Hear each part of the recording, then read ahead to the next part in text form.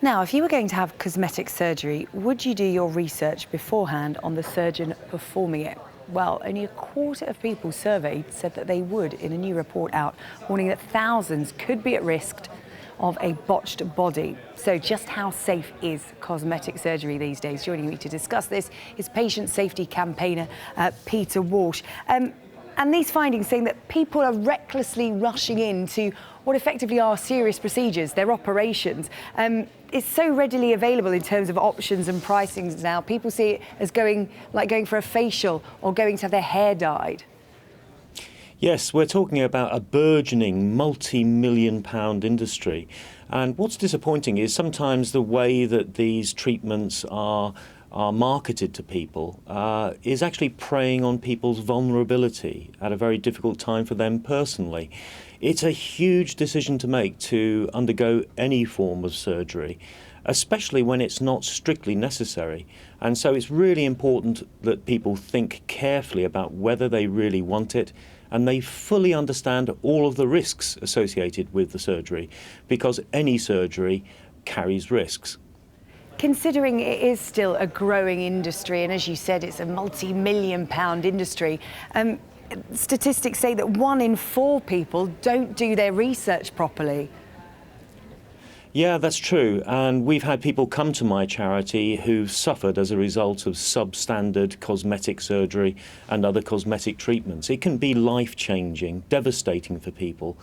And they have the double whammy, really, of feeling a sense of guilt. They blame themselves because perhaps they hadn't done their research beforehand. It's really, really important that people insist on a thorough discussion with their consultant to understand all of the risks as well as the potential benefits, and that they check on the credentials of the surgeon who's going to operate on them. They should check, for example, that they're on a specialist register at the GMC, or that they're a member of one of the specialist associations for aesthetic and plastic surgeons. Far too often we hear from people who haven't done their homework and have very sad, unsatisfactory results. So the onus very much being on the patient here and the person who wants to have the surgery undertaken. But I was quite surprised to find out that the Royal College of Surgeons have done a lot of research into this, and they say they want a new system to certify surgeons for each procedure and for it to be in their own field, because some surgeons operate outside their area of expertise. They also suggest a register of certified surgeons to help the public make an informed decision about the quality of their surgeon. I'm surprised that these aren't already in place, considering the size of the industry. Yes, we are very disappointed that there isn't better regulation of the cosmetic industry. People have been calling for it for years. In fact, there's been 2 high-profile reports produced by the Department of Health itself, most recently by Sir Bruce Keogh, the medical director for NHS England, at the end of 2013. Progress on implementing these recommendations is painfully slow, and whilst that goes on, patients are left at unnecessary risk. For example, it shouldn't be possible for providers of cosmetic surgery to market, to advertise their procedures, offering cash inducements, 2-for-1 deals, etc., or in ways that trivialise what is a really important decision for the individual.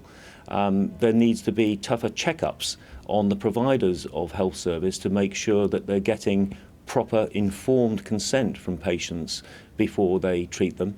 And one of the biggest problems we encounter with private treatment across the board, but that includes cosmetic treatment, is a lack of follow-up. So you have your surgery done, there are complications, it then can be very difficult to have follow-up monitoring and corrective treatment. And that's a loophole that desperately needs to be plugged.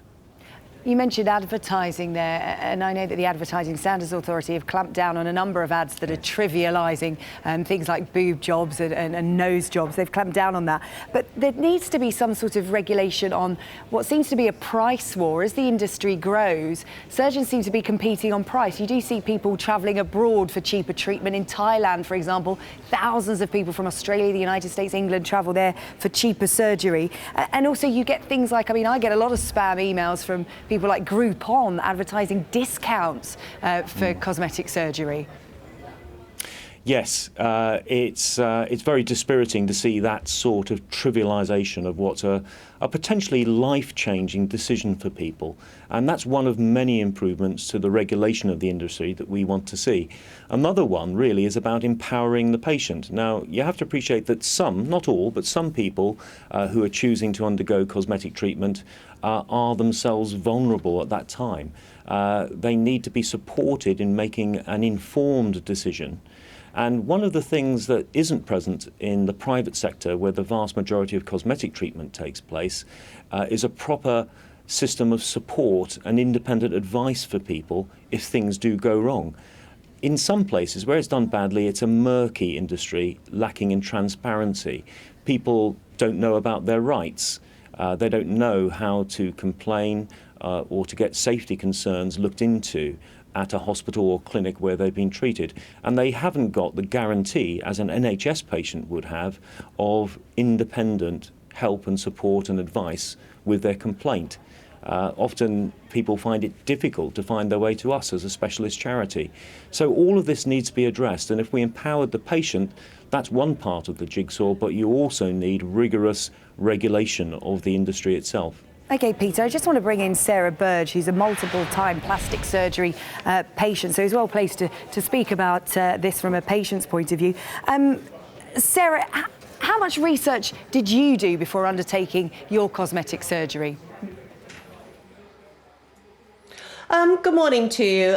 Firstly, I think we need to take a step back from all this. I mean, what's actually trending now is that people are using their face and their bodies as sort of a fashion statement. And if they're not happy with something and the fashion's changed, then they literally want to throw it away and go and get a new one. Now, I'm not saying that that's a good or a bad thing, but if we follow the right and correct path to plastic surgery, I really don't see that that's a problem. Now, I've just been listening in on your debate with Peter, I believe. Good morning to you, Peter. And Morning. I do believe that everyone needs to follow the correct path. Although saying that, I receive on average 32,000 emails a year from people who are dissatisfied with their body and the way that they look. Now, this is leading to them going underground, sourcing out the voodoo witch doctors, as I so call them, the botched up surgery, going abroad, cheaper options, discounts, 2 for 1, get 1 free, that sort of thing. But if it's done correctly and the surgeon is registered and he's a specialist in his field, then that really matters not. We're also looking at this from a psychological point of view. You mentioned the thousands of emails you get with people that are unhappy with their body. So it's not just a physical ailment they feel, it's psychological as well. Even if you go to the best surgeon there is your aftercare provided not just medically but psychologically as well? Because it's a big change to your body. Yes, I mean, medically, obviously, there's always an element of risk. I mean, plastic surgery isn't an exact science, and it never will be, unfortunately. But we have to minimise the risks. For instance, we source out the most reputable surgeon for the job. That's why I operate one of the largest referral services in the world today. And also we minimise the risks by perhaps not having a general anaesthetic and opting for the local anaesthetic, because the majority of surgery can be carried out under a local anaesthetic these days because we're so far advanced. So future patients are coming to people like you for advice. How disappointed are you that there isn't some kind of official body, official register somewhere patients can go to get official sanction for who they're going to see? Oh, we seem to have lost Sarah there. We'll come back to her when we've got better communications with her. But Peter, just want to come back to you. What would your advice be to people who, regardless of the risks, want cosmetic surgery and are going to go ahead with the procedure? Where should they start doing their research? Well, they should make sure that the provider they're speaking to gives them the full information, both about the risks as well as the potential benefits. All too often what we see touted is the potential good outcomes from cosmetic surgery, and there are good outcomes. but every surgery carries with it risk, and that needs to be fully explained to people. We'd recommend that they take a family member or a friend along to them with the consultation. Most importantly, they check on the credentials, both of the institution, the clinic or the hospital where they're going to be treated, and also of the individual surgeon. Are they on a specialist register for the kind of procedure that they're proposing undertaken? Have they done a lot of these procedures? How many do they do in a year? What's their success rate? Another check people can make is whether they're a member of one of the two specialist associations for plastic and aesthetic surgeons.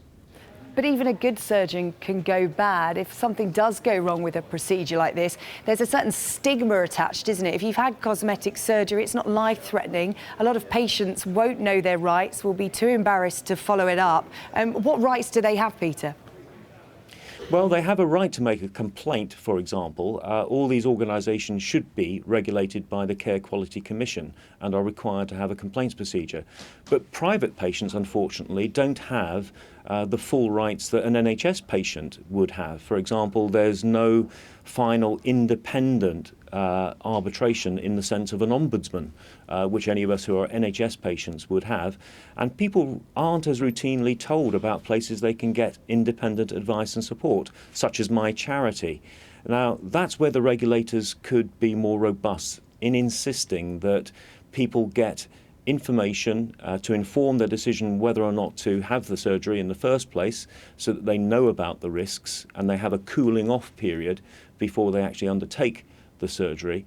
But also, when things go wrong, there needs to be a proper system of redress, and people need to be given details of where they get advice and information about their rights.